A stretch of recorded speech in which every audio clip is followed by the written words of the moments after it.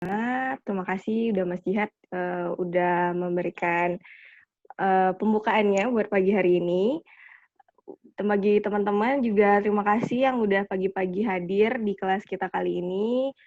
Eee, semoga bermanfaat ya meluangkan waktunya di pagi hari, di hari weekend yang mungkin biasanya teman-teman nongkrong gitu ya, nongkrong di kantor maksudnya.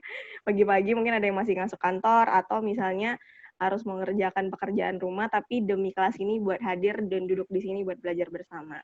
Terima kasih buat teman-teman semua, appreciate banget. Mungkin mulai aja Mas, selain screen-nya atau aku yang screen? Sama Terserah. Kak, kebetulan aku dapatnya PDF. Oh gitu, oke. Ya. Bentar. Mmm, sip. Oke. Sorry, ada teknis.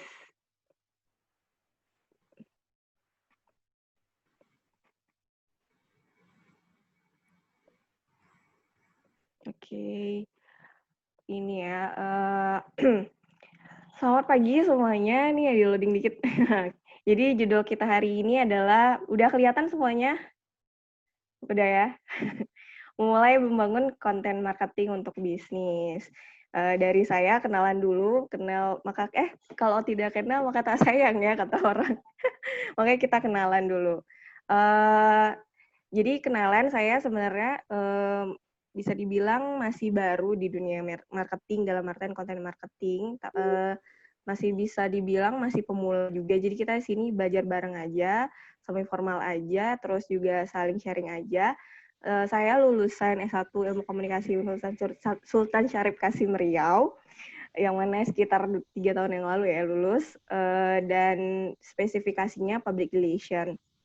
Untuk experience sendiri sebenarnya beragam sih, dari awal kuliah itu malah random gitu, malah kayak, jurnalistik, kemudian pernah gabung sebagai radio announcer juga, sebagai penyiar, kemudian sempat menyelami ilmu marketing dalam artian untuk konten dan manajemen marketing perusahaan, bisa dibilang UKM ya, UKM, terus bikin konten, kemudian bikin promosi dan segala macam di satu grup restoran gitu ya, rumah makan. Itu sempat setahunan, bahkan pernah nyemplung di dunia keuangan. Jadi ada subunit Bukopin waktu itu gabung sebagai head operation-nya, kepala operasionalnya buat manajemen akunting. Malah jauh banget ya pernah menyelami itu. Mungkin itu juga yang membantu akhirnya paham bahwa marketing itu bagaimana sih pengelolaan pendanaannya dan segala macam. Mungkin dengan beragamnya bisa dibilang background yang saya miliki juga membantu untuk sekarang di sini lebih fleksibel dan juga lebih adaptif sih sama keadaan seperti itu. Untuk ke depan mohon maaf ya kalau misalnya ada kecepatan atau misalnya suaranya kurang bagus karena juga kondisi fisik lagi kurang begitu maksimal. Jadi agak sakit tenggorokan gitu. Jadi suaranya mungkin kurang begitu maksimal nih buat teman-teman semua. Itu sih. Lanjut, kalau yang teman-teman mau gabung kenalan kita di LinkedIn, bisa ada LinkedIn saya di linkedin.com/in/Melati Octavia 22. Bisa temenan lah kita di sini ya.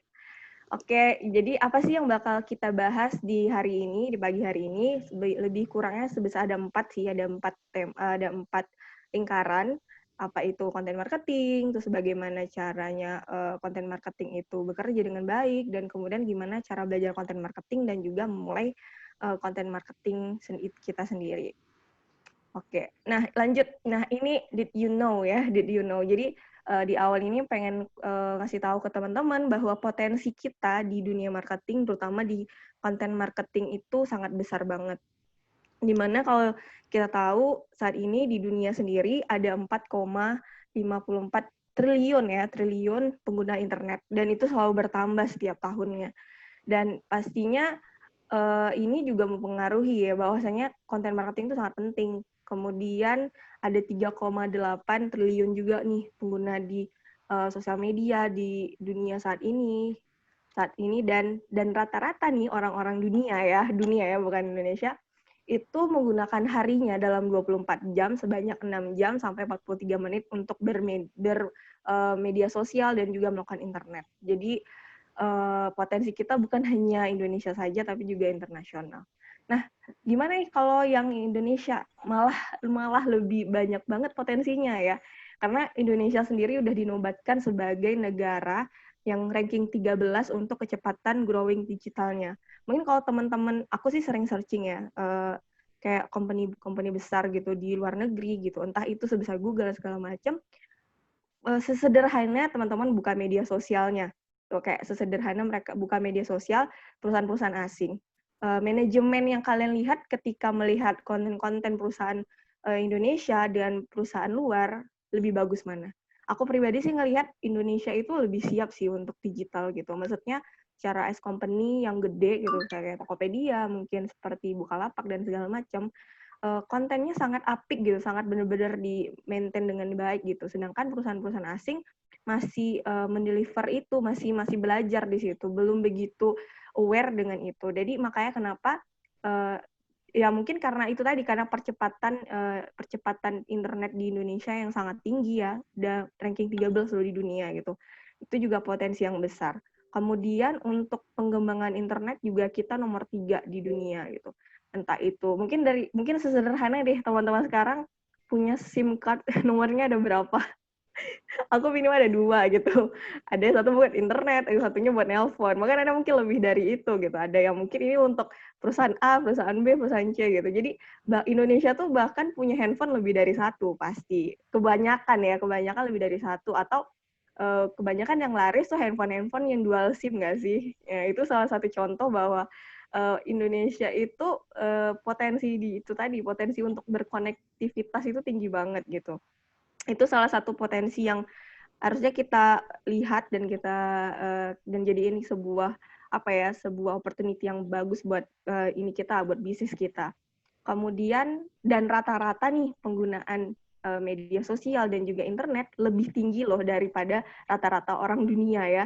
Jadi rata-rata Indonesia kalau disamaratain ya, kalau misalnya kita nggak bandingin satu atau satunya, tapi dirata-ratain semuanya, orang Indonesia itu minimal udah nyimpen waktunya dalam 7 jam 59 menit dalam satu hari. Jadi dari 24 jam ada 7 jam dia udah spend time untuk internet gitu. Entah itu buka kalau ibu-ibu mungkin kayak browsing Shopee mungkin ya, atau browsing marketplace yang lain gitu kan, cuci mata. Apalagi kalau sekarang di era pandemi gini orang pasti lebih banyak diam di rumah, terus kalau nggak internet dan browsing apalagi gitu ya. Nonton Netflix itu juga terkoneksi dengan internet gitu. Jadi spend time waktunya bahkan lebih menggila gitu kalau orang Indonesia. Ini juga potensi yang besar sih buat kita semua. Nah, balik kita flashback nih. Flashback, kenapa sih bahas tentang manusia mengkonsumsi media?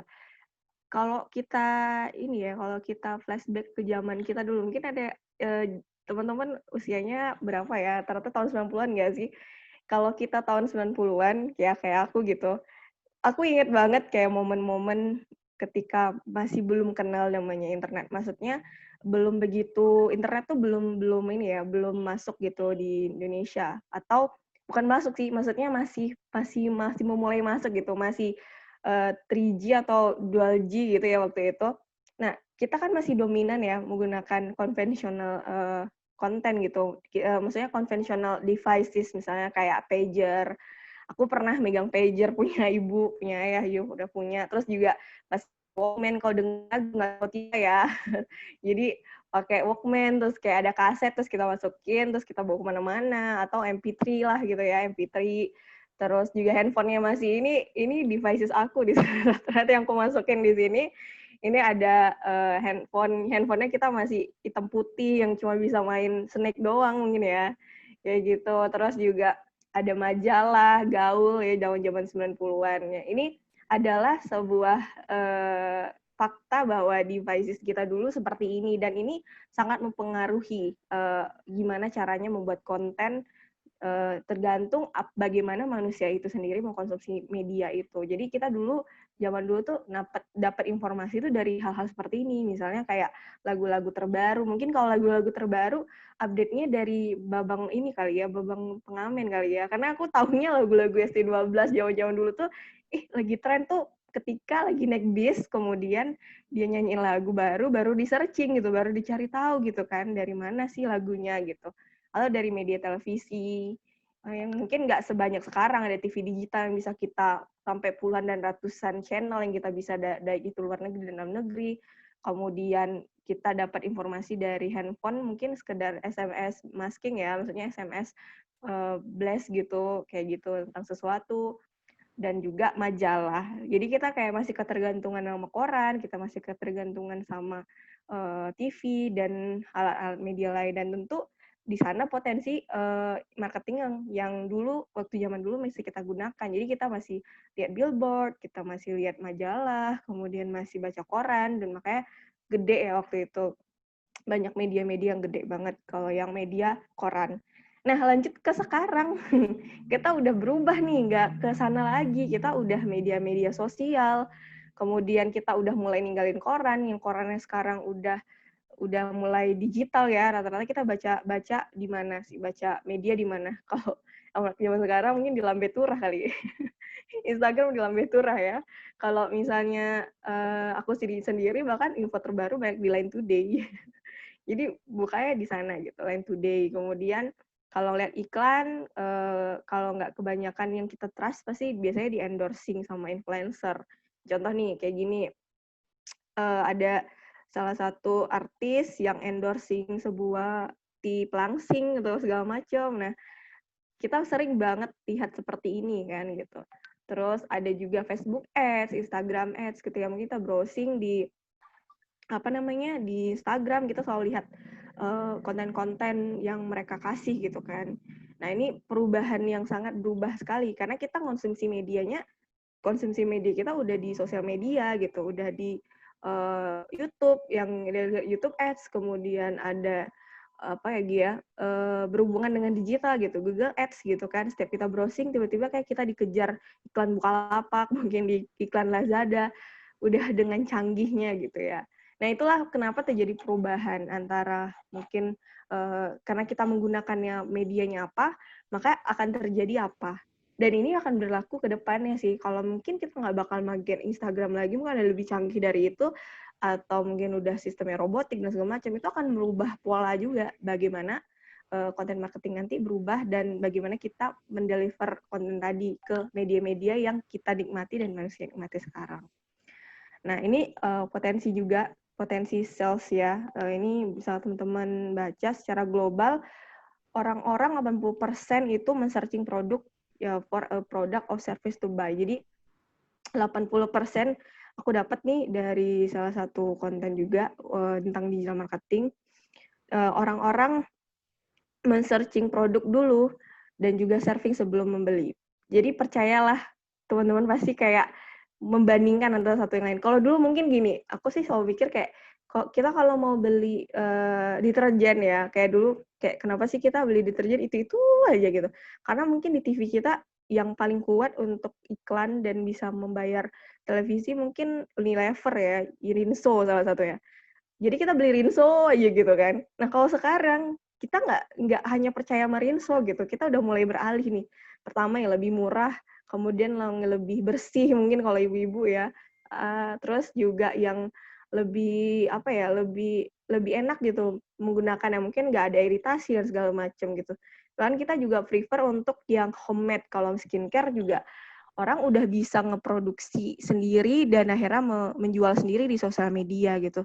Itu karena fakta bahwa 80% tadi orang-orang men-searching dulu nih apa sih produknya gitu. Jadi sebelum beli mereka tuh berpikir dulu, nggak langsung beli gitu. Kalau dulu mungkin kita masih kayak, oh iya ada makan ayam langsung ke KFC gitu ya. Kalau sekarang ada KFC, ada geprek bensu, apalagi ya, ada McD, kemudian banyak banget pilihannya. Jadi mau nggak mau kita harus searching dulu nih, yang mana yang paling enak, yang mana yang cocok secara lidahnya, gitu segala macam. Kemudian 90% orang visit online retail store on the web. Jadi Sebelum misalnya kayak aku pribadi sih, kalau misalnya mau beli sepatu atau segala macam, walaupun kita offline, aku searching dulu, kira-kira sepatu yang mana yang mau aku beli ya gitu. Baru ketika udah dapet, kalau nggak oke ya udah, kalau oke dapet baru ke sana. Tapi kalau misalnya nggak dapet ya udah cari yang lain gitu, searching lagi yang lain dan kalau dapet baru ke sana. Jadi habitnya udah kayak gitu. Kemudian 74% orang mulai online lagi. Apalagi dengan era pandemi kayak gini kan, orang juga khawatir buat ke toko-toko online itu pasti makin tinggi deh orang jual yang beli-beli online seperti itu. Dan orang menggunakan smartphone. Ya tadi yang potensi tadi ya, orang-orang sekarang udah pakai smartphone gitu. Itu juga bisa dibilang potensi juga secara global ya. Nah, secara Indonesia ini kita main traffic aja walaupun secara global udah tinggi ya, secara Indonesia malah lebih tinggi lagi gitu. Hampir ibaratnya dari 100%, 93% pengguna pengguna internet di Indonesia itu melakukan hal seperti itu gitu. Jadi bisa dibilang hanya 7% yang nggak melakukan hal itu gitu. Ibaratnya dari 250 juta orang Indonesia, oke, yang pakai internet sekitar 80% nih, sekitar 150 juta. Yes, hampir 100 juta orang Indonesia yang menggunakan internet tuh melakukan habit seperti itu gitu. Melakukan searching dulu sebelum membeli, kemudian melihat dulu, visit dulu nih di webnya, trusted nggak nih perusahaan penjualnya dan segala macam. Kemudian melakukan pembelian online. Makanya kenapa 88% menggunakan membeli melalui online gitu. Makanya kenapa Bukalapak gede, terus juga Tokopedia juga gede, marketplace banyak dari asing bahkan masuk ke Indonesia. Saking lezatnya pasar kita gitu, pasar Indonesia. Kalau nggak kita yang punya dan yang melakukan, menguasai siapa lagi kalau nggak asing ya. Kayak itu juga. Kemudian melakukan pembelian 80% melalui smartphone tadi. Yang aku bilang, orang Indonesia mungkin bisa lebih dari satu handphone ya. Oke, kita lanjut ke what's it content marketing. Jadi kadang orang banyak bingung ya, apa sih bedanya? Apa itu content marketing? Ya, apa bedanya dengan digital marketing? Apa itu internet marketing? Apa itu online marketing? Jadi content marketing, ini dari bahasa sih konten. Jadi konten itu adalah bahannya gitu. Bahan yang diolah. Sedangkan kalau digital marketing itu adalah proses sih. Proses dalam artian keseluruhan, secara keseluruhan. Jadi content marketing adalah bagian subnya dari digital marketing. Jadi kalau digital marketing ada banyak bentuk dan isi dari digital marketing itu adalah content marketing seperti itu. Nah, ini kalau definisinya. Secara Inggrisnya ya, content marketing is strategic tuh lanjut strategic marketing approach focus creating and distributing. Berarti secara intinya adalah mudahnya nih marketing adalah creating content untuk memberikan suara ataupun juga nilai value dalam brand kita atau bisnis kita, baik itu dalam berupa teks, video, gambar dan bentuk kreatif lain. Jadi semakin sekarang ini orang menggunakan konten marketing itu makin beragam bentuknya dan selalu berubah-ubah sesuai tren. Nah, itu harus kita ikutin nih sebagai seorang marketer, advertiser juga untuk membuat konten yang makin kreatif dan orang berlomba-lomba mengambil attention gitu kan. Sejauh ini kira-kira pada denger takut ngomong sendiri. Pada paham ya? Mungkin gimana Kak? Kalau misalnya ada yang bertanya bisa langsung di chat apa gimana? Kalau untuk bertanya bisa langsung via Heeh. chat. Oh, via chat yang di itu ya. Oke, lanjut. Nah, jadi di konten marketing itu adalah di mana teman-teman membuat sebuah inti, misalnya sebuah apa ya, sebuah teks, sebuah video yang mana intinya adalah untuk mempromosikan bisnis kita dalam berbagai bentuk gitu. Dan itu adalah sebuah keseluruhan ya, baik itu dari rating, kemudian distributingnya gimana teman-teman. Mungkin distribusinya di sosial media, bisa juga di advertising misalnya kayak Facebook Ads atau YouTube Ads dan segala macam gitu. Dan itu harus konsisten dan juga relevan. Jadi kalau misalnya relevan maksudnya di sini teman-teman jualan apa ya yang gampang ya, jualan KFC gitu. Misalnya jualan apa ya yang susah ya? Jualan sepatu misalnya, toko sepatu. Tapi teman-teman nge-sharingnya tentang tips untuk yang jauh dari bahan sepatu, misalnya kayak sepeda. Pokoknya sangat timpang gitu, nggak relevan dengan brand kita. Itu juga kesalahan sih. Jadi kita buang-buang waktu aja gitu. Nggak sesuai dengan value yang kita punya gitu. Nah, Ini penting sih. Kenapa sih harus kita, melakukan content marketing? Ini inti sih, content marketing adalah is entrepreneur best friend. Maksudnya, eee, kita sebagai UKM, kita sebagai pebisnis pemula, nggak mungkin, langsung jor-joran kan buat, iklan di TV. Kalau teman-teman tahu, mungkin kayak yang sekarang di TV sih durasi prime time yang paling banyak ditonton mungkin Indosiar kali ya, ibu-ibu Indosiar di jam 7 malam, terus lagi heboh, nonton apa sih? Aku lupa ya, Ida Lida itu kayak lomba-lomba dangdut gitu kan, itu rame banget ya ibu-ibu nonton gitu. Itu mahal banget loh iklan di situ, di prime time itu, dan hitungan iklan di TV itu bukan hitungan kayak di Facebook dan segala macem, jarang viewer, tapi mereka itu hitungnya detik gitu. Karena sekali 1 detik itu hitungannya detik dan menit gitu. Jadi sekali 1 menit itu ada budgetnya dan itu besar banget gitu. Teman-teman yang baru UKM terus tiba-tiba ngiklan di TV, duit dari mana? Mungkin nggak ketutup kali ya buat bangun bangun ini, bangun apa namanya, bangun usahanya gitu. Masih 2 tahun karena ngiklan di TV udah nggak bisa nerusin lagi. Saking itu tadi. Nah, content marketing membantu teman-teman untuk cost efektif gitu. Yang pertama ya, cost efektif. Jadi teman-teman nggak perlu ngeluarin uang effort paling tinggi gitu. Dengan content marketing teman-teman bisa grow tanpa mengeluarkan uang yang sangat banyak di awal untuk memulai bisnis. Nah, itu jadi kenapa sih content marketing adalah teman untuk pengusaha gitu. Karena pertama cost efektif, teman-teman bisa menghemat budget. Content marketing yang baik dan organik di sosial media, teman-teman nggak perlu pakai Facebook dan segala macam gitu. Teman-teman bisa mengandalkan keviralan gitu ya. Jadi kayak ada sesuatu mungkin kita semudah zaman kita semudah ini deh personal ya, nggak usah kita bahas tentang bisnis.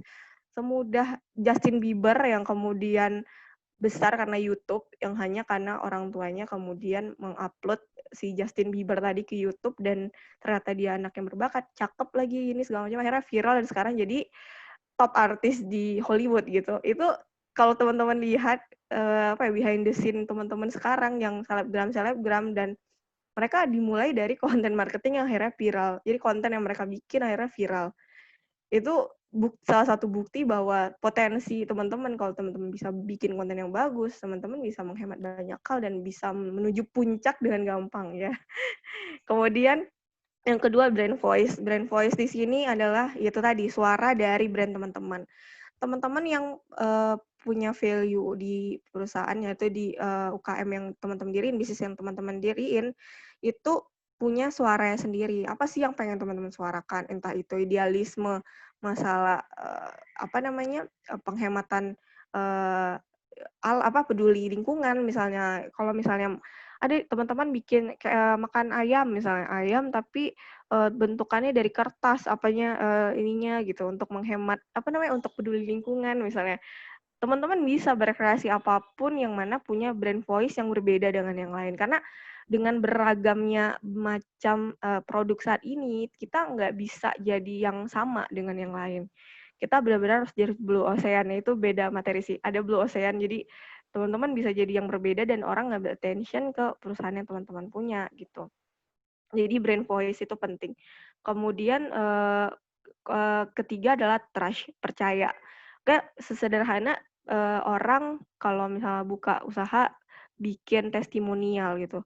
Pasti teman-teman kalau misalnya mau beli sesuatu di Instagram, mereka nggak punya marketplace nih, tapi kira-kira Instagramnya bagus nggak ya kontennya? Kalau bagus, terus juga nggak abal-abal, nggak cuman ngeposting doang yang mungkin desainnya nggak sesuai dengan pandangan kita gitu kan, terus juga nggak ada testimoni, bakal beli nggak? Nggak kan. Pasti kalaupun misalnya dia nggak ada di marketplace, tapi dia punya website mungkin, kemudian dia punya nama company yang baik, terus mereka punya kerjasama dengan kredibel perusahaan, kemudian punya itu tadi konten yang bagus, kemudian ada testimoni, banyak dia masukin testimoni orang-orang yang beli, kita percaya gitu. Itu tadi membangun trust tadi. Jadi konten marketing membuat trust. Nah, trust tadi dibangun oleh konten marketing. Kalau teman-teman nggak bikin konten tentang testimoni dan segala macamnya, ya orang gimana mau trust sih sama bisnis yang kita bangun gitu. Dan kemudian lanjut ke 4, engagement. Engagement adalah, eee, apa ya, kebetahan ya, kalau misalnya bahasa ini kan pertunangan, tapi kalau bahasa di marketingnya engagement itu adalah keterkaitan antara kita dan pelanggan. Jadi kalau dulu, antara perusahaan dan antara perusahaan dan juga pelanggan itu kayak vertikal gitu. Jadi kayak kita mungkin memandang perusahaan-perusahaan gede itu, wah banget, formal banget kan, kita ada gap di sana. Tapi sejak adanya era digital sekarang, antara perusahaan brand voice-nya dengan pelanggan itu udah horizontal jatuhnya. Kita udah mungkin udah lihat ya kayak perusahaan-perusahaan besar itu bikin konten yang sangat friendly banget, pakai kata "lo gue" mungkin, pakai kata "kamu" dan segala macam. Itu bukti bahwa, sekarang orang-orang udah mulai bagaimana cara mendapatkan hati dari pelanggan tadi. Jadi mendapatkan engagement tadi. Konten marketing membuat keterkaitan itu. Nanti kita akan ada study case juga ya untuk penerapan 5 ini. Kemudian ideas. Ideas di sini adalah teman-teman bisa dapat ide-ide baru dari konten marketing. Ketika kita teman-teman ngeposting tentang apa ya, tentang brand voice teman-teman gitu. Saya kayak teman-teman bisa, Hai, hari ini fashion yang bagus apa ya di musim panas." Karena kalau sekarang musim panas ya di beberapa 4 musim itu musim panas gitu. Terus dia banyak bajunya yang floral atau apa, bajunya bunga-bunga misalnya atau bajunya yang kayak gini gitu. Teman-teman dapat ide baru bahwa, oh iya sekarang lagi trennya tuh baju-bajunya tuh yang warna-warna ini floral apa, warna-warna bunga-bunga, bahasa Inggrisnya susah. Warnanya bunga-bunga gitu kan. Jadi dapat ide baru, oh iya the next aku bakal bikin, mungkin jilbab atau apa yang ada unsur-unsur seperti itu gitu. Jadi kita bisa dapat ide baru nih gitu.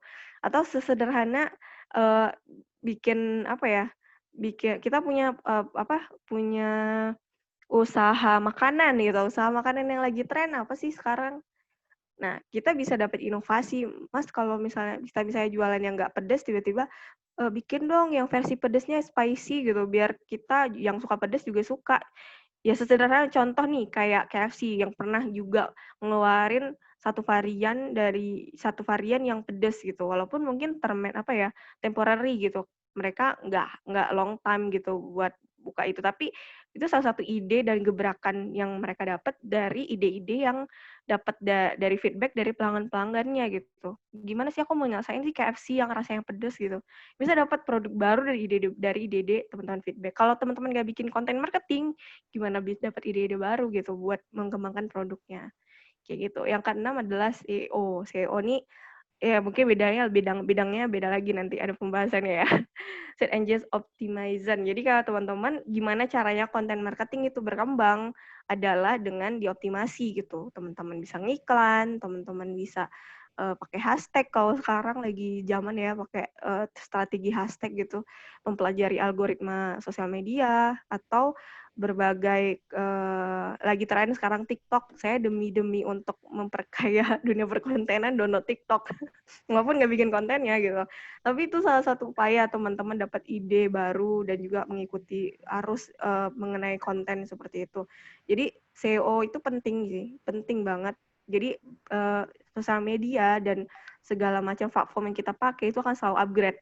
Gimana cara mungkin optimasinya, yang dulu mungkin Instagram hanya feed aja, sekarang udah ada story-nya. Yang dulu gara-gara Snapchat udah tren dan takut Snapchat mungkin mengambil alih anak-anak muda dan netizen dunia, akhirnya si Instagram meluncurkan Instagram Story gitu kan. Itu salah satu inovasi gitu dan harus dimanfaatkan. Jadi kita harus ikut dengan perubahan-perubahan itu dan SEO itu penting untuk mengoptimasi konten kita kan makin banyak orang ngelihat, makin banyak yang mengkonsumsi dan makin dikenal gitu. Itu sih. Oke. Nah, untuk tipe-tipe konten marketing tuh apa aja sih? Nah, ini ada seberagam ya. Ada blog post, ada e-book, ada podcast. Sekarang mungkin lagi zaman podcast ya. Mumpung Spotify lagi ngasih free nih, manfaatkanlah untuk bikin podcast. Saya juga udah memulai untuk beberapa komunitas juga untuk podcast karena mikir juga nih kalau orang udah pada bikin podcast semua, mau nggak mau nanti ke depan Spotify juga pasti akan melakukan perubahan juga kan, entah itu ada seleksi dan segala macam. manfaatkan yang sebelum nanti bakal menyesal juga nih untuk bisnis dan perusahaan ya. Kemudian email newsletter, ada video, kemudian ada infografis, ada how to guide, social media post, banyak webinar juga kayak gini juga salah satu konten loh. Ini kontennya Follow Hub ya. Ya salah satu konten yang Follow Hub. Ini udah menerapkan konten marketing Follow Hub berarti. Jadi banyak ragamnya dan akan selalu berubah-berubah dan teman-teman harus bisa berinovasi dengan ragam-ragam bentuknya itu. Kayak berlomba-lomba untuk bikin satu konten menarik dan akhirnya orang engage gitu. Nah, banyak sekali ya perubahan dan bisnis baru akhirnya lahir dari konten-konten yang mungkin orang nggak niat awalnya buat jadi bisnis, tapi karena dia suka sharing dan suka konten dan suka bikin konten buat orang banyak, akhirnya jadi sebuah nilai value untuk dirinya, akhirnya dia jadi mungkin trainer atau dia jadi sesuatu gitu dan memberikan sesuatu gitu. Itu salah satu dari dampak konten marketing. Nah, ini aku tadi mau bicarain tentang study case ya. Jadi kan mungkin lagi hangat-hangatnya ya mengenai Joska, teman-teman ada yang mungkin ngikutin Joska. Nah, ini salah satu study case dari satu konten yang ada di salah satu financial advisor, itu adalah mengenai biaya kelahiran ya. Banyak ibu-ibu yang protes, yang akhirnya viral, yang mungkin dia nge-post-nya di Instagram, kemudian akhirnya karena banyak yang nggak seneng atau mungkin kurang setuju, akhirnya viral di Twitter. Kemudian akhirnya jadi perbincangan dan kok bisa ya dia bilang kayak gitu, nggak sama gini-gini. Dan ya sih, ada impact negatif, ada impact positif balik ke teman-teman gitu kan, melihat seperti apa. Kalau dari sisi marketing, sukses sih. Joska ini sukses menurutku, karena dia nggak mungkin nggak ngeluarin biaya apapun buat dibicarakan orang gitu. Biasanya dia bikin konten kontroversial yang akhirnya viral, dibicarakan banyak orang, akhirnya kepo, siapa sih Joska? Ya mungkin nggak tahu, nggak punya follow Joska, akhirnya kepo nih, siapa sih Joska, akhirnya follow. Akhirnya menikmati konten lanjutannya dan segala macam. Itu banyak triknya sih. Atau sesederhana si KKI, aku nggak nonton ya, tapi aku tahu dia viral, dia bikin bahkan dia menduduki trending 1 karena video lagu kontroversial dia yang mungkin jauh dari ekspektasi, bikin MV yang bagus gitu dengan yang mana dia pasti mungkin pakai pakaiannya yang sederhana dan segala macam gitu kan, dan kayak nggak masuk akal di kita, sampai akhirnya kita juga kepo kan, kok bisa kayak gitu, akhirnya dapat attention bakal satu trending di Twitter, di YouTube gitu. Itu sebuah plot twist sih kalau di dunia ini, di marketing. Tapi di dunia marketing itu sangat memungkinkan sih buat seperti itu. Tapi balik ke teman-teman mau bikin konten marketing seperti apa? Apa kalau misalnya siap untuk menghadapi keviralan dari sisi negatif, silakan gitu ya. Ya teman-teman harus juga punya ini juga gitu, punya tameng juga gitu. Apa sih preventifnya gitu. Atau kalau teman-teman mau di segi positif, gimana juga positifnya yang bisa juga akhirnya bisa up juga gitu, entah itu pakai optimasi dan segala macam. Jadi salah satu study case-nya di sini mungkin bisa teman-teman baca bahwa seru sih lihat dunia-dunia konten itu yang viral-viral, apalagi balik ke teman-teman mau ngikut keviralan atau bikin trendsetter gitu untuk konten bisnisnya, seperti itu. Nah, ini tahap-tahap untuk memulai konten marketing. Jadi teman-teman harus planning dulu sih. Konten marketing diproses oleh planning. Jadi tadi yang seperti di awal udah dijelasin kalau konten marketing itu bukan hanya creating aja, tapi harus punya mendistribusikannya di mana gitu. Jadi kayak kalau teman-teman mau fokus di Instagram, silahkan. Kalau teman-teman mau difokus di 3 media sosial, Facebook, Instagram, atau Twitter, atau mungkin YouTube, podcast, balik ke teman-teman, sanggup nggak gitu ya. Jadi balik untuk mengenai konten marketing itu balik ke teman-teman mau fokus di mana atau memulai di mana. Kalau punya tim yang cukup untuk menghandle semua channel-channel itu ya silakan, dan itu harus di planning, dan tadi yang di awal adalah di scheduling, maksudnya di konsisten, karena ada Instagram sendiri juga, contohnya Instagram ya, Instagram sendiri itu juga punya rules sendiri gitu, rules sendiri kalau misalnya kalau kita hari ini ngepost, besok nggak ngepost, itu bisa mempengaruhi performa dari sosial medianya itu sendiri gitu. Jadi, teman-teman harus aware nih dengan channel-nya seperti apa gitu. Itu akan mempengaruhi atau sederhana YouTube juga sebenarnya punya itu sendiri juga, punya rule sendiri gitu. Yang dulunya mungkin dapat AdSense walaupun dia cuma dapat beberapa viewer, sekarang udah ada peraturan baru nih yang dapat AdSense itu adalah di atas 1.000 subscriber dengan bisa dibilang view-nya artinya videonya mungkin punya durasi 42 jam apa berapa, aku lupa juga. Jadi makin lama makin selalu upgrade gitu ya, upgrade untuk konten. Nah, jadi teman-teman harus planning dulu nih, harus planning hari ini ngepost apa, besok ngepost apa, kontennya harus konsisten, jangan setengah-setengah. Karena kalau udah setengah-setengah, kita bakal ketinggalan sama teman-teman yang konsisten, walaupun mungkin dari segi konten nggak sebagus kita, nggak sebagus, ya benar nggak sebagus kita mungkin lebih konten lebih bagus, tapi karena kita nggak konsisten, kita kalah. Itu penting, jadi planning. Kemudian goals-nya juga, goals-nya apa sih teman-teman mau kontennya gitu. Goals-nya mungkin mendapatkan like yang banyak atau secara impression-nya tinggi atau segala macam. Teman-teman harus ada set juga itu seperti apa. Kemudian research, research penting. Tapi mungkin ini the next ya, the next ada research mengenai persona dan user kita seperti apa. Itu penting untuk memplan konten kita kayak gimana. Contoh apa ya? Kita ambil yang gedenya aja deh. Semudah apa ya yang kalau mungkin ya. Kalau kayak Hedwar udah nggak ya? Atau ada Mas Jihad ada mau apa kasih case yang Joska mungkin ya research. Kira-kira yang pakai jasa Joska tuh siapa sih gitu. Nah, balik lagi gitu, yang pakai jasa dia adalah mungkin orang-orang yang bisa dibilang punya duitnya udah kebanyakan sampai dia bingung mau mau distributing duitnya kemana gitu. Itu sih kalau menurut aku Joska itu. Karena kenapa dia bikin konten yang menakutkan untuk para orang-orang yang bisa dibilang punya uang yang banyak gitu malah. Itu tadi. Jadi research itu tentang audiens kita tuh penting. Jadi sekarang juga berbagai platform juga udah punya satu grafis yang teman-teman bisa baca sendiri insight-nya gitu. Misalnya kayak Instagram nih followernya yang paling banyak usia berapa gitu, 30 tahun sampai 21 tahun.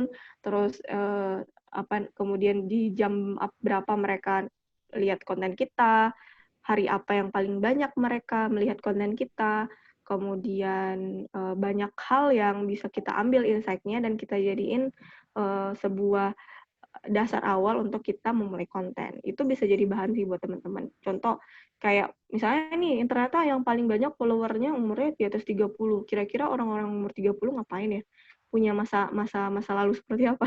Maksudnya masa lalu di sini adalah ya mungkin di tahun-tahun dia sebelumnya mungkin dengerin lagu apa. Mungkin kita bisa kasih lagu-lagu zaman-zaman dulu mungkin di background video kita. Dan segala macam. Jadi kita harus lihat nih audiens kita usia berapa kayak gitu. Tapi semakin muda dan semakin milenial sih semakin asik sih sebenarnya bikin konten karena mereka sangat orangnya adaptif dan juga sangat beragam dan unik dan mungkin seusia dan itu sih memudahkan ketika kita seusia dengan customer kita itu lebih gampang sih buat kita mengeksplor konten. Itu bisa jadi research teman-teman. Kemudian inventory everything involved gathering data. Jadi teman-teman jangan menyepelekan data ya. Sekarang itu udah jadi isu besar sih di semua company. Apalagi kalau kayak kaca cerita Tokopedia yang kebocoran data sampai khawatir satu umat Indonesia ya. Itu wajar gitu. Jadi dengan data tuh dan ini benar-benar belak-belakan ya. Telkomsel contohnya. Telkomsel sendiri udah menyatakan mereka itu akan membeberkan 3 data yang mereka gunakan untuk bisnis. Pertama, data teman-teman nomor handphone terutama, kemudian nama pribadi ataupun usia ya, gender dan usia, dan satu lagi lokasi. Jadi mungkin kalau teman-teman sering dapat chat SMS yang misalnya teman-teman lewat Burger King tiba-tiba dapat dapat SMS dari Burger King mendadak gitu ya, ayo ke Burger King ada diskon 50%. Teman-teman cuma lewat doang tuh di Burger King, tapi teman-teman dapat SMS Burger King.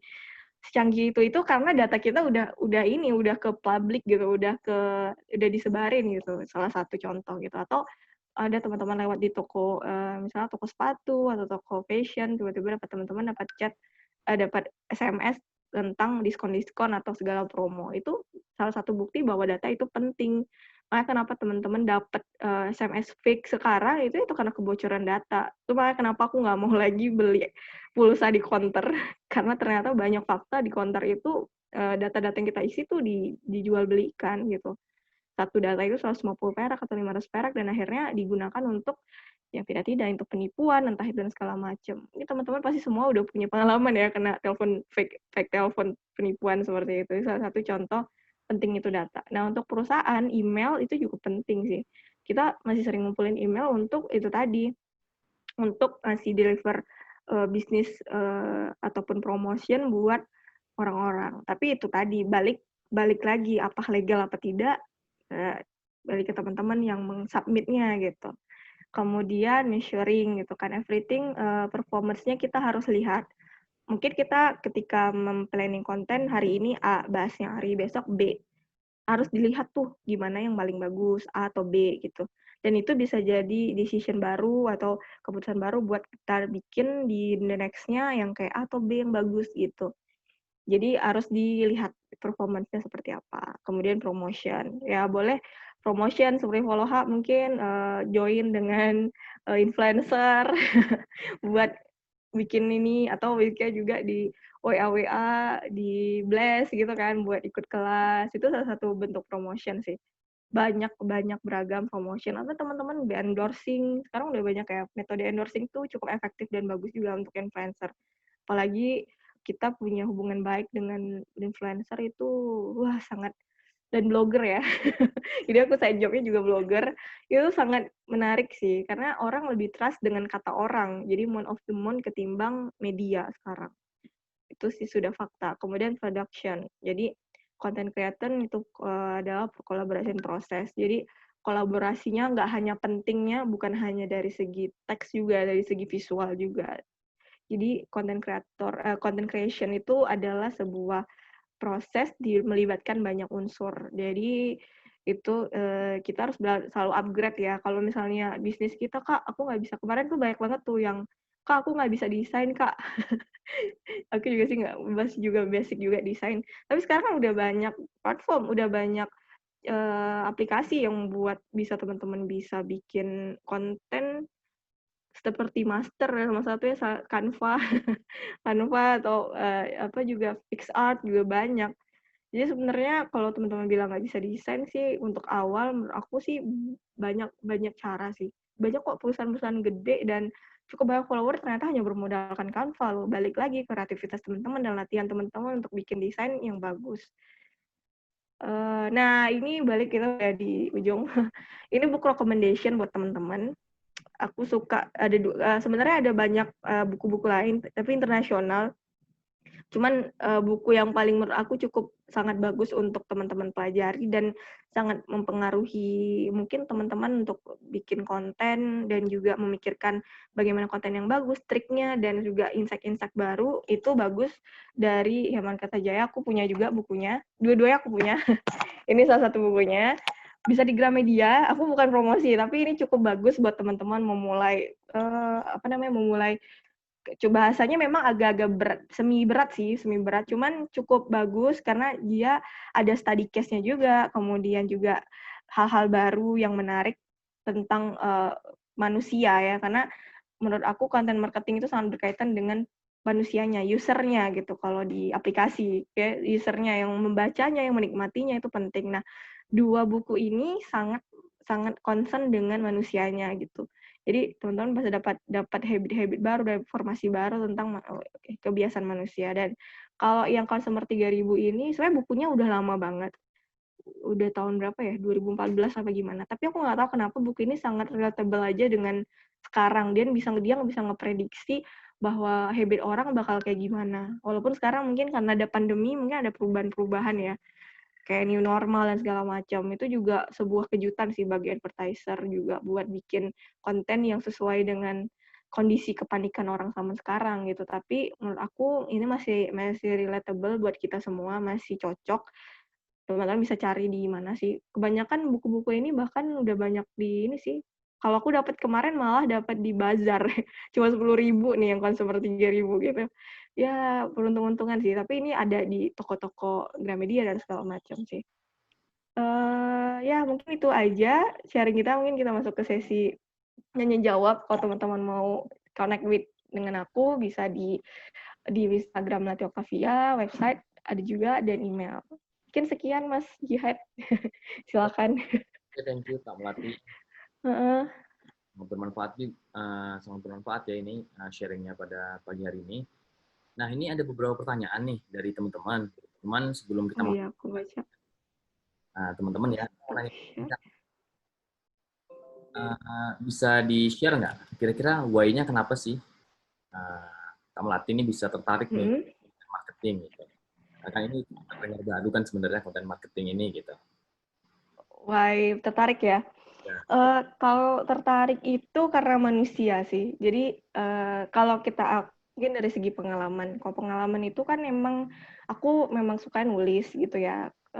Tapi nggak pernah berpikir bahwa akhirnya menulis jadi sebuah profesi yang bukan profesi, jatuhnya sebagai penunjang untuk pekerjaan yang sekarang gitu.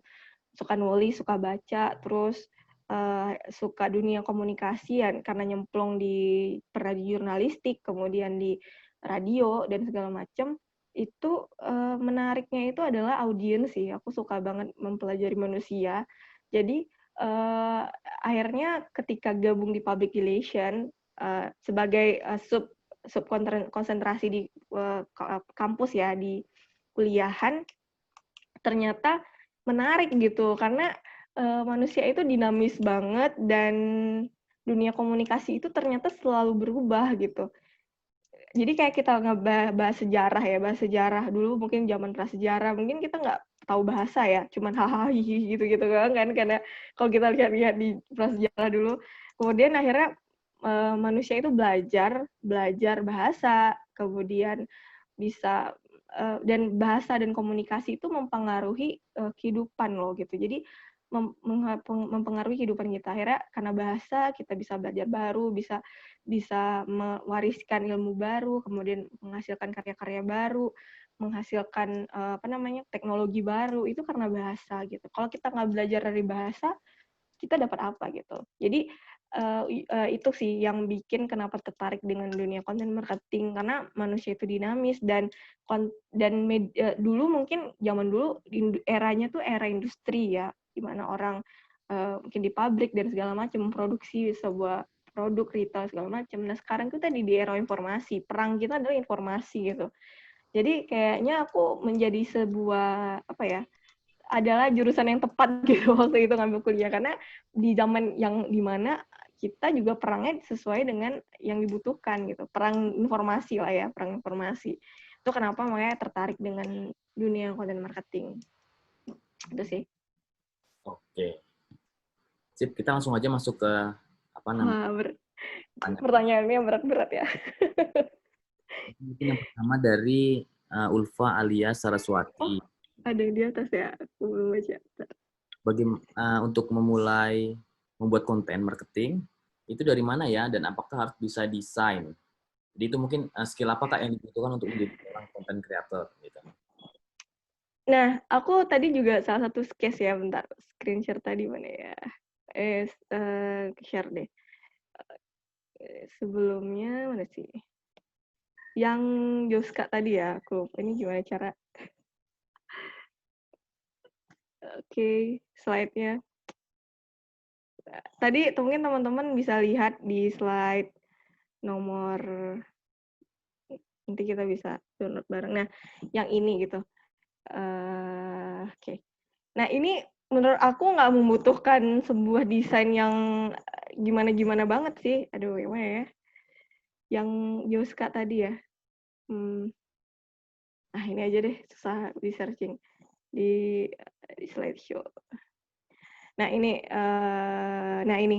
Menurut aku tuh nggak butuh sebuah desain yang wow banget sih, maksud aku gitu. Kayak dia cuma bikin judul dengan nama, terus juga umur 35 tahun, terus juga mungkin dia bisa bikin di notepad, bukan di notepad, kalau di note ya, kalau di handphone dengan foto dan segala macam. Jadi kayak menurut aku desain menjadi ya bukan juga membuat konten. Jadi, balik ke teman-teman sih, balik ke teman-teman gitu. Tapi untuk start awal kayaknya desain itu udah bisa teman-teman akses sih di manapun. Aku juga masih pakai Canva kok. Kalau untuk desain-desain dadakan masih pakai Canva buat prototyping dan segala macam gitu. Udah ada banyak platform sih yang membantu teman-teman bikin desain lebih baik. Apalagi juga Instagram juga udah memulai adanya banyak filter, orang udah bisa bikin filter sendiri, kemudian orang bisa bikin apa namanya?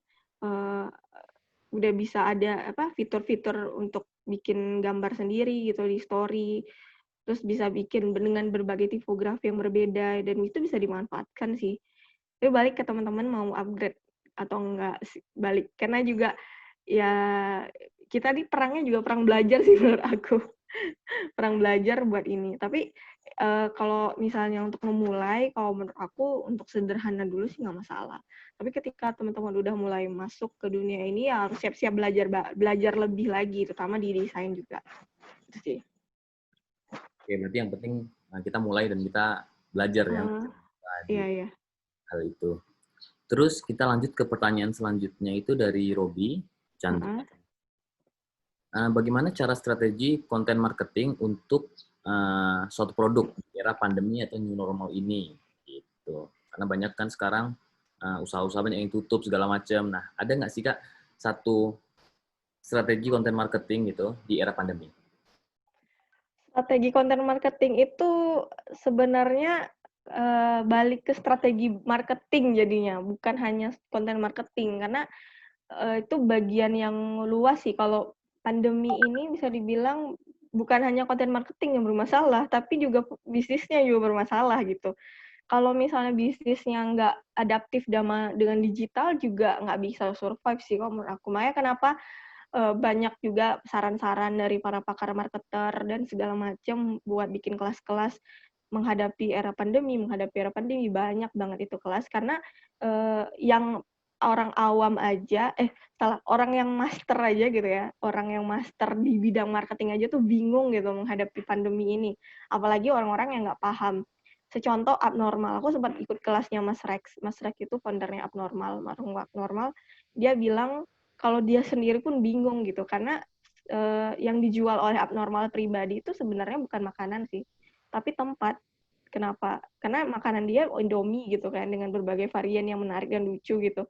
Tapi sebenarnya yang bikin orang datang ke Abnormal sebenarnya adalah tempatnya gitu kan, kayak bisa wifi-an yang kenceng, kemudian tempatnya cozy buat kerja, buat belajar, buat diskusi, buat bikin PR segala macam. Makanya kenapa Abnormal selalu menempatkan lokasinya tuh kalau nggak di daerah dekat-dekat kampus atau dekat-dekat yang keramaian yang gitu, yang banyak anak mudanya gitu. Itu salah satu bahwa core-nya sebenarnya Abnormal itu adalah jualan tempat. Nah, dengan keadaan pandemi ini gimana gitu? Bingung kan? Mereka sendiri juga bingung gitu. Mereka sendiri juga ngomong bahwa ini benar-benar pukulan telak sih buat kita semua, bahkan company gede gitu. Bahkan Gojek aja udah meng-PHK berapa orang gitu. Itu salah satu ya kejutan yang benar-benar nggak bisa kita tolerir. Tapi balik ke kita yang adaptif nggak dengan perubahan tadi gitu. Saya kayak bisnis gitu, yang mungkin yang dulunya sombong ya nggak mau online. Ada aku beberapa kayak UKM yang sombong tuh nggak mau online. Ya mau nggak mau harus online gitu, mau nggak mau harus mencoba online. Kita nggak pernah tahu kapan new normal, kapan PSBB lagi karena banyak gitu, nggak tahu gitu. Nah kita tetap harus digital gitu.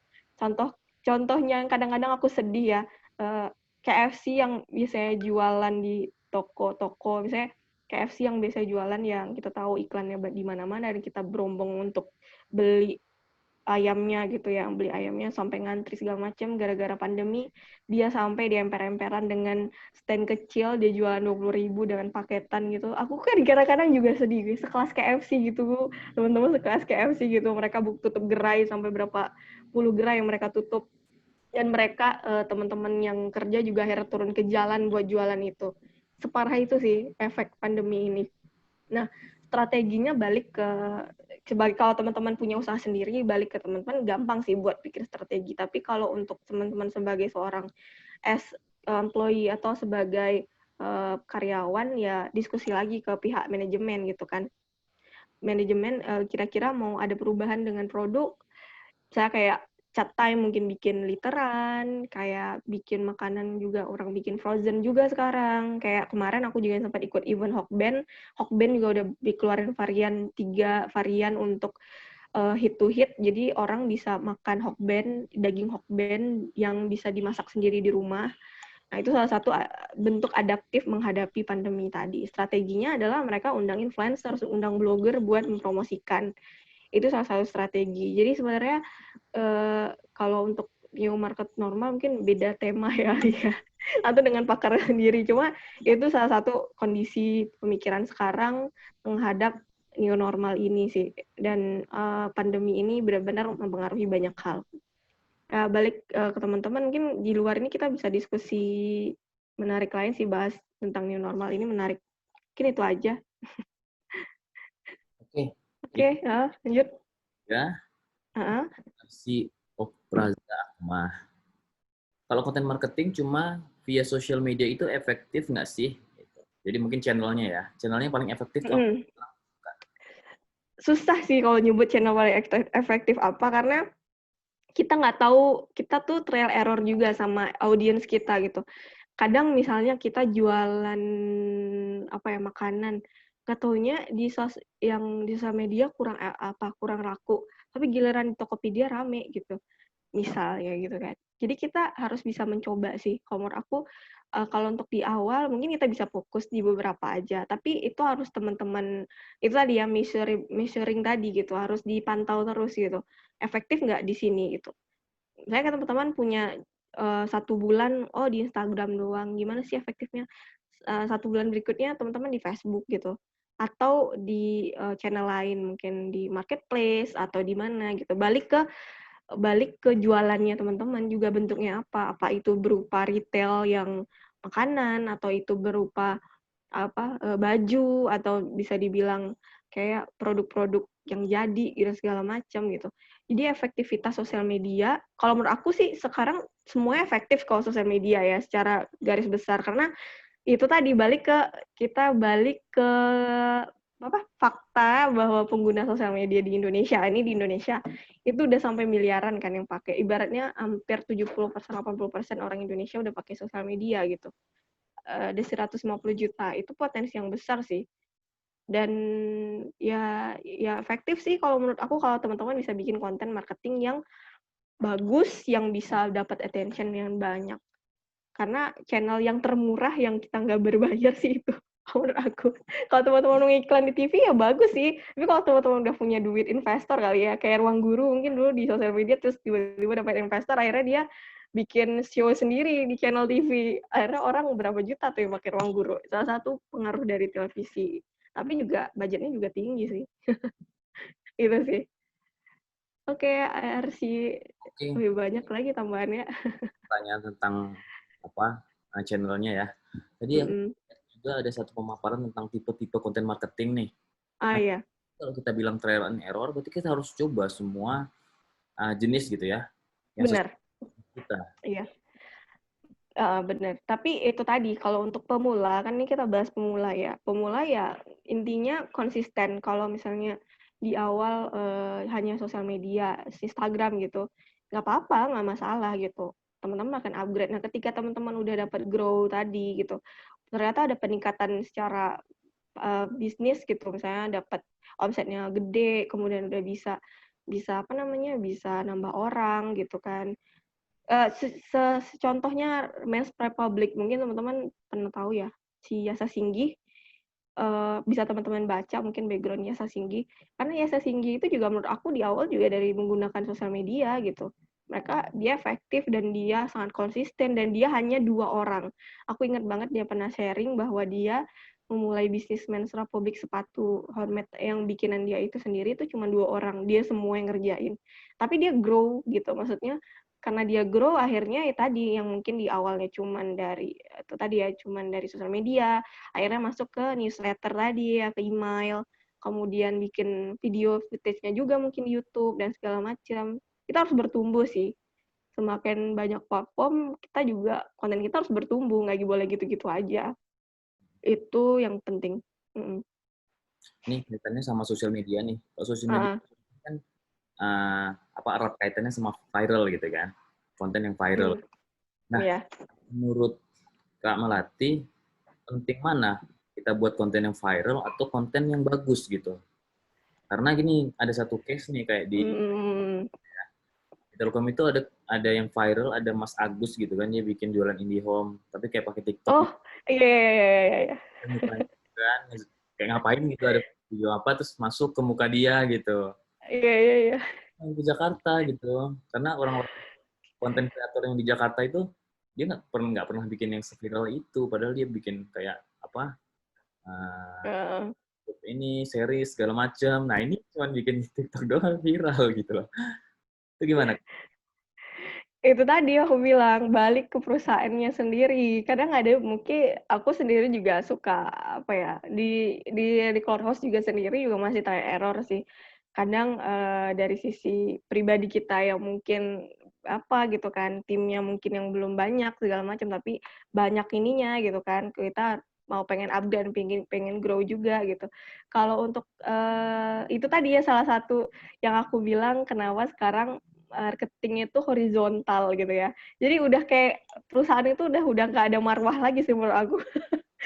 Jadi udah bentuknya tuh udah kayak sama aja kayak kita gitu, Mbak, dari segi bahasa, dari segi orang. Jadi, orang, apa namanya, manusia, kita-kita semua menganggap perusahaan itu bukan as company gitu, tapi sebagai manusia gitu, sebagai orang yang punya personality gitu.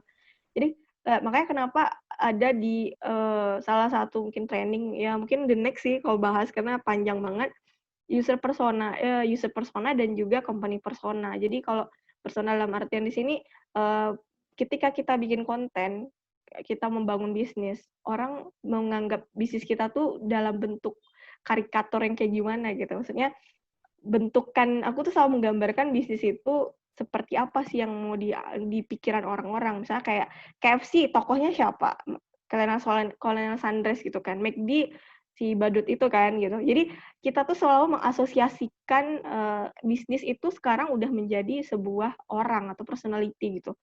Tokopedia, dia punya avatar yang kayak gitu. Bukalapak kita bisa lihat. Jadi sangat sangat ketara banget sih personality-nya dari segi logo, kreator segala macam. Itu tadi horizontal. Nah, bahas viral, itu balik as company-nya kayak gimana menanggapinya sih, karena ada negatif positif gitu tadi. Karena emang kalau kita mau, enggak, ini nih citranya jelek nih di Telkom, misalnya mungkin gitu kan, nganggap, "Ih, Telkom kok kayak gini." Tapi mungkin ada di pelanggan-pelanggan netizen lain menganggap, "Wah, ternyata, Telkom udah mulai easy going ya," gitu kan. Ya kita sesederhana apa ya, menteri-menteri kita yang udah mulai sosmedan, menteri kita yang udah ya, presiden kita lah gitu, udah nge-YouTube dan segala macam, itu kan menyatakan bahwa segala bentuk sekarang udah horizontal jatuhnya, nggak ada kayak gap lagi antara, eee, bahkan pejabat dengan rakyatnya, bahkan itu perusahaan gede, BUMN dengan ininya gitu. Tapi itu tadi tetap ada batasan sih, batasan jangan sampai pula terjadi perubahan, apa namanya, terjadi perubahan karakter itu tadi, balik ke perusahaannya juga gitu, mau sampai sampai seberapa sih ininya gitu. Kalau menurut aku sih kalau decision aku ya sebagai seorang orang Telkom misalnya nih, dia menghadapi itu ya nggak masalah, tapi itu kan sebagai individu si Mas Agus tadi ya. Tapi kalau saya sebagai Telkom ya mungkin lebih lebih menanggapinya lebih adaptif aja gitu, lebih friendly aja, tapi tetap menjaga citranya gitu. Karena ya tahu deh Telkom BUMN dan segala macam gitu kan, tetap harus menjaga si marwah itu gitu. Karena kita sebagai pelayan publik yang masih harus punya ini sih, punya citra juga. Kalau saya public relation ya sangat mementingkan citra. Pak pencitraan ya, divisi pencitraan tuh public relation. Iya benar, karena ini kerjanya itu kalau kita bahas di kampus, bahas PR atau bahas pencitraan sih. Oke, Oke, itu aja mungkin kali. lanjutkan. Wah ini ada yang Ini ada dari yang terakhir sosial oh, media nah. Alisa. Nah, Iya. mau tanya ini apa lagi? Dia lagi develop web untuk perusahaan yang kerja Oke. web. Mhm. Terus sering observasi banyak web yang menarik. Banyak Mhm. dia bilang bahwa hosting web terbaik nomor 1 Indonesia. Gimana menurut Kak Mel, boleh nggak sih ngeklaim gitu? Oh, self-claim. Nah, ini gimana, Kak? Oh ya, Kayak wih motivasi banyak nih pertanyaan ada 2 ya. Self motivasi claim ya. Um, Indonesia, tapi yang ngomong gitu 5 orang, kan berarti kan nggak terbaik juga gitu. Ya itu tadi kan balik ke usernya juga percaya apa enggak. Kalau misalnya ya pasti kalau misalnya selain, apa ya, selain, perusahaan itu punya, apa namanya, punya ini sendiri, pasti dia punya ngeklaim itu pasti ada sebab sih. Maksudnya, kenapa sih dia ngeklaim kayak gitu, mungkin dari sisi ada beberapa hal yang mungkin dia nomor 1, makanya dia kenapa nyebutin nomor 1 gitu. Ya, tapi memang public relation ini tricky sih, kalau misalnya teman-teman mau buka ya, aku belajar di kampus, tricky banget. Karena public relation itu, ini jatuhnya sebagai public relation ya, bukan, marketing dan bahas agak-agak, apa ya, agak-agak keluar topik. Tapi posisi public relation di perusahaan itu tricky-nya tuh dia di tengah-tengah. Di tengah apa, dia itu penyampai informasi dari, ke pelanggannya atau dari sebagai, audiensnya gitu ke perusahaan, dan dia juga menjembatani, visi misi perusahaan, nilai-nilai perusahaan kepada user-nya gitu, apa, kepada, pengguna, selain pengguna ya, sebagai audiensnya gitu. Jadi tricky-nya di situ sih menurut aku, tricky-nya adalah kadang dia harus menjaga nama baik kan sisinya. Di sisi lain dia harus jaga nama baik, tapi di sisi lain dia juga harus menjaga idealisme dari penggunanya tadi gitu. Idealisme yang diinginkan oleh pengguna. Karena memang kalau hosting ini ya, karena mungkin aku di Edicore host, ini adalah red ocean sih menurut aku. Kenapa red ocean? Karena, susah kita mau bilang yang mana yang pada fakta lapangan kita tapi apa namanya, banyak permasalahan yang sama dan serupa. Balik ke, manajemen dari perusahaan itu sendiri, bagaimana mengatasi permasalahannya. Contoh kayak down, misalnya kayak server down dan segala macam, itu yang ngalamin bukan hanya kita gitu, semua perusahaan itu yang berhubungan dengan web hosting pasti akan ngalamin. Karena sebabnya banyak, entah itu ada ya mungkin ini di behind behind ini ya, behind, yang nggak tahu orang bahwa web hosting itu semuanya kayak gitu kan. Karena banyak masalahnya, contoh misalnya kayak, untuk cyber datanya sama, lokasinya sama, yang membedakan dan maintain-nya aja bedanya gitu kan, atau mungkin dari kualitas servernya juga, itu juga gitu. Kalau mati lampu, kayak kasus Jakarta kemarin, itu hampir semua down. Susah soalnya, tempatnya sama, untuk menyediakan itu sama gitu. Kalau waktu Jakarta kemarin PLN mati, ya udah semuanya down gitu, itu pengaruh banget semuanya, bahkan semua, apa namanya, di hotel-hotel nggak bisa akses website untuk ini gitu kan.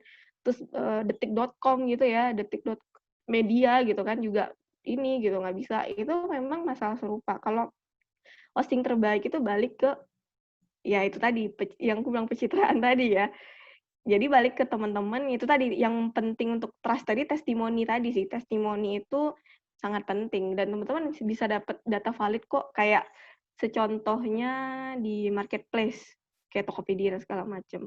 Kita udah mulai ada validitas kan, menghadapi ada rating di sana, ada ulasan dari para orang yang udah beli gitu. Itu salah satu, apa ya, survei kita untuk menghadapi, oh ini kita sebagai user ya, bukan sebagai company, sebagai user, melihat apakah benar klaimnya, apakah ini bagus atau segala macam gitu sih. Kemudian ini langsung kedua atau gimana? Oke, karena kita ada durasi ya sampai jam Oh 10.30. ya, oke. Masih ada setengah jam lagi. Dari Kak Monalisa juga, ya brand kayaknya punya platform sendiri untuk iklan ya. Aku tuh bingung, masih Esku aja. Jadi Marine Callisting, alat perkapalan, oke. untuk marine logistik gitu kan, alat-alat Mhm. perkapalan. Itu ngiklan di mana ya cocoknya kira-kira gitu? Oke, terus ada Pizza Hut di sini jualan di pinggir jalan. Iya sih, nggak Pizza Hut semua sih. Kalau untuk ini case-nya, kalau berat sih jatuhnya kayaknya di Google sih. Kayak SEO itu paling efektif karena dan ini fakta sih ya, aku mau beberin juga. Kalau as company yang perusahaan seperti server gitu, kayak perusahaan yang punya bilang target marketnya itu spesifik banget gitu. kayak aku mungkin sebagai lady editorial host juga pusing kadang-kadang. Beda mungkin ketika mungkin aku kerjanya di Tokopedia kali ya, atau di perusahaan yang jualannya tuh retail gitu, yang sehari-hari gitu kan, lebih enak gitu deliver kontennya. Tapi kalau jualan server itu, aduh dengan pengetahuan IT mungkin aku yang masih minim, itu bener-bener error banget gitu di situ. Karena user targetnya itu benar-benar spesifik. Kalau misalnya aku tanya, mungkin apa sih pengertian domain, apa sih pengertian hosting, apa sih pengertian PVS, nggak semua orang bisa jawab gitu, dan nggak tahu apa gunanya gitu. Kita mesti ada kelas jelasin apa sih itu domain, sakingnya orang nggak semua paham dengan bentukan itu. Atau mungkin seperti sama kayaknya dengan Marian Logistik gitu. Aku nggak tahu tuh kapal mungkin untuk jangkar apa gunanya apa segala macam, karena sangat spesifik banget kan yang pakai gitu. Cuman aku pelajari sih, kalau di, apa namanya, dulu pernah ada case juga, aku pernah kelasnya dia jualan traktor. Aku lupa, dia jualan traktor dan dia mau bersosial media. Aku sih lebih prefer-nya sih jualannya tuh ke website sih. Dia punya website pribadi, terus dia punya konten tulisan dalam artian blog post atau konten SEO ya teman-teman, pakai bisa metode SEO-nya gimana, cuma kata kunci segala macam. Jadi ketika orang yang nggak paham nih, maksudnya bukan orang awam, pasti searching-nya di browsing ya, misalnya kayak jual perkapalan segala macam itu, karena menurut aku, ya, yang paling ini sih, paling kuat emang browsing tadi sih menurut aku. Karena orang-orang yang nggak tahu apa-apa, ketika cari tahu, pasti nyarinya di Google gitu, atau nyarinya di browser apa gitu kan. Jadi kayak yang spesifik itu memang aku sarannya memang di website. Nah, untuk sosial media boleh aja tetap pakai, tapi memang bukan attention-nya bukan viral ya, attention-nya sebagai jendela gitu, kayak sebagai jatuhnya kayak misalkan teman-teman punya rumah, di depannya tuh ada bunga-bunganya gitu, maksudnya tuh sebagai, cover ya, cover, kalau buku tuh cover-nya gitu. Jadi misalnya kayak orang mau beli gitu kan, dia pengen tahu nih perusahaannya ini bener-bener di website ini fake apa enggak gitu kan, dia pasti searching di sosial media. Kayak aku juga gitu, mau beli hal-hal spesifik, beli gadget apa segala macam gitu kan, pasti searching-nya sosial media. Ini ada sosial medianya aktif nggak ya gitu. Terus ada nggak yang nanya-nanya atau ini gitu. Jadi tetap sosial media mungkin penting sebagai perusahaan, tapi nggak perlu apa ya, nggak perlu dalam artian nggak perlu menjadi sales sih, jatuhnya lebih ke brand awareness. Jadi orang tahu, orang akhirnya trust, kemudian akhirnya transaksi gitu. Dan kita pun juga ya itu tadi trial error tadi ya, jadi gitu blog post. Tapi kalau untuk yang logistik aku kayak yang spesifik, malah kita punya market spesifik itu emang lebih bagusnya di website sih, dengan metode SEO tadi. Itu saran. Oke. Oke, kita Mm-mm. lanjut ke, jadi tadi kalau misalkan spesifik kita cocoknya SEO ya. Beda Iya benar sih. misal jualan jualan minuman boba gitu kan, beda ya kan. Heeh. Oke, terus lanjut, ini pertanyaan terakhir ya. Mm. Marketing adalah teknik yang melibatkan tadi pembuatan dan distribusi yang konten yang relevan, kemudian penting dan juga konsisten. Nah, itu bisa lebih dijabarkan nggak terkait tadi? Nah, tertinggi itu benar-benar penggunaan distribusi konten yang relevan. Oh iya, relevan dalam artian itu sesuai dengan perusahaannya gitu. Kayak tadi misal Mbak Mbak Mona Kak Mona misalnya, ya jualan alat perkapalan, tapi yang diposting gadget mungkin. Itu nggak relevan menurut aku gitu. Jadi relevan itu adalah sesuai dengan, nilai-nilai perusahaan. Jadi, eee, kayak misalnya, kita punya standar sendiri, misalnya kayak kalau aku bongkar ya di Kolos misalnya. Di Kolos itu punya standar friendly, terus juga peduli sosial, dan juga hosting yang bisa dibilang fokus ke sosial. Mungkin di web hosting lain beda. Mereka mungkin ada yang fokus ke millennials, yang bahasanya lebih kayak soft gitu ya. Ya aku buka clue. Mungkin bahasanya lebih kayak lo gue segala macam. Balik ke identitinya mereka, karena dari segi logonya beda, dari segi apa namanya identitas yang dia bangun dari kerjasama juga beda gitu. Jadi itu relevan yang tadi aku bilang, identitas apa yang pengen disampaikan oleh perusahaan tadi gitu, brand voice-nya apa, dan itu harus sejalan dengan konten yang disajikan ya. Saya kayak Bukalapak, oke, Bukalapak jualan gadget misalnya. Mereka fokus di konten yang relevan, pasti yang misalnya kalau lagi ada promo, misalnya promo hari gadget dunia, misalnya sering tuh mereka kayak bikin gadget diskon time gitu kan, kayak waktu jualan diskon untuk gadget gitu. Pasti mereka akan iringi newsletter mereka, iringi dengan artikel mereka yang berkaitan dengan gadget, misalnya kayak 7 cara supaya gadget Anda tidak mudah 7 cara gimana gadget Anda atau 7 gadget yang saat ini sedang tren, misalnya sederhana itu, atau 7 aksesoris gadget yang harus kamu punya. Nah, itu kan sales banget ya maksudnya. Itu kan contoh-contoh artikel ataupun konten yang bisa dibilang sangat menunjang dan relevan buat momen-momen yang kita jual atau barang-barang kita jual. Itu relevan. Terus distribusi konten yang relevan penting dan konsisten. Ya konsisten yang aku bilang adalah selalu ada update gitu. Jangan kayak setengah-setengah gitu, kayak hari ini mungkin ada yang ngepost 1 tahun sekali. Hari ini ngepost, tahun depan baru post yang kedua. Nggak mungkin kayak gitu. Sedangkan teman-teman kita yang lain atau perusahaan lain udah ngepostnya tiap hari mungkin ada 3-4 gitu. Jadi konsisten itu perlu banget sih. Jadi bukan nggak harus bagus, kita harus bagus. Tapi kadang kita kalah sama yang, kita bagus kontennya, tapi kalah karena kalah sama yang lain yang konsisten. Contoh KKI sih, kalau dia viral nih sekarang, tapi dia nggak ngasilin konten lagi, ya tahun depan bakal dilupain orang, siapa sih KKI? Gitu. Paling orang tahu, oh iya dia pernah viral tahun kemarin. Kabarnya gimana ya? Pasti konten Line Today-nya kayak gitu. Tapi nggak bakal apa lagi dianya, karena dia nggak bikin konten lagi gitu. Karena dia nggak di attention lagi sama orang, kayak gitu. Itu sih. Oke, ini ada last nih, satu lagi jalan. Referensi untuk belajar digital marketing apa? Tadi kan ada 2 buku ya. Tapi ada nggak sih Iya. sebenarnya untuk pendalaman tentang satu masalah gitu ya? Ada nggak referensi untuk ngeliat-ngeliat di mana di web atau segala macam? Sebenarnya sih digital marketing tuh banyak banget sih, kayak kelas-kelas berbayar udah ada. Apalagi yang prakerja kemarin juga kita bisa akses semua kelas itu di Tokopedia. Jadi kalau teman-teman buka, aku nggak appin Tokopedia, tapi di Tokopedia pas aku searching tentang prakerja, mereka ada kerja sama payment untuk pembayaran kelas-kelas. Dari itu banyak banget kelas paket digital marketing, itu include sama Facebook Ads, Instagram Ads, dan segala macam. Itu untuk kelas. Kalau misalnya belajar sih, aku pribadi dari buku yang tadi aku bilang, terus aku juga punya referensi role model sih. Kalau untuk, aku kan lebih suka ke behavior, karena lebih kayak situasi saat kini, aku lebih banyak belajar sama Pak Yusuf Hadi. Dia pendiri Inventor.com, salah satu konsultan marketing juga. Aku suka baca buku dan juga websitenya, karena dia selalu ngeluarin e-book yang relevan dengan kondisi-kondisi sekarang, termasuk new normal ini dia juga udah nerbitin buku juga.